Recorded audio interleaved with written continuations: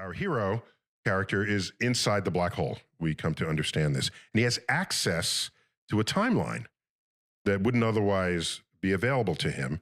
And he sees his daughter's bookshelf. Well, he's no longer inside the black hole. Where is he when he's doing So this? this is the key thing that's not explicit, that you only understand if you read my book. You didn't read it well enough. Okay. Busted. No, I read a lot of it. Let me say, I read some of the biology. And it was a other long things. time ago too. Yes. Okay. So he when he gets inside the black hole, he is scooped up by a spacecraft that was built by this advanced civilization that provided the wormhole to him and to humanity. And it's called the Tesseract. And Tesseract is a 4-dimensional cube, 4 spatial dimensions. And that's why in there you saw, I guess, the past and future all kind of simultaneously. It's all related to the Tesseract. It felt very higher dimensional. Yeah, so that's right. So he succeeded there. This Tesseract, so let me back up. I'll tell you a story.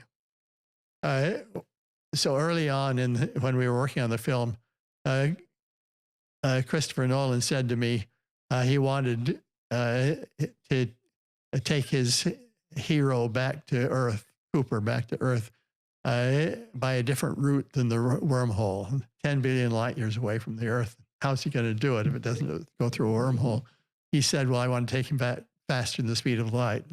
And of course, I say to Chris, you can't do that. It violates the laws of physics. He says, go do a real calculation. I said, I don't have to do a real calculation. And so we discussed this for a week. And then he threw in the towel. He said, okay, I believe you. And so what do we do? And so I said, well, you put him, he goes inside the black hole. He gets deposited on the 3-dimensional surface of a 4-dimensional sphere. And this 4-dimensional sphere is a spacecraft that can go into the bulk, into the higher dimension.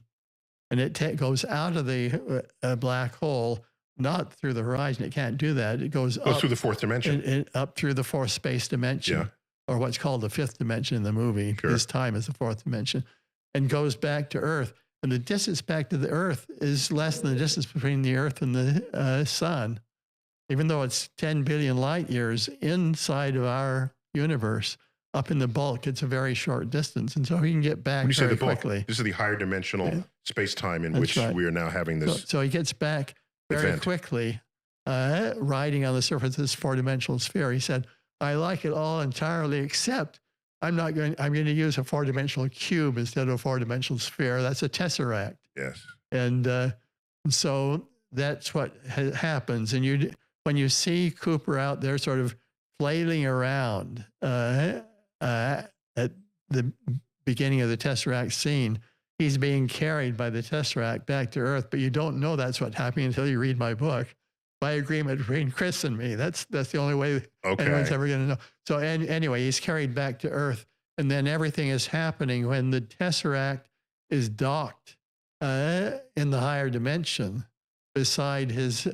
giving access to his life in that past time. That's right. So it's docked in his home in his daughter's bedroom.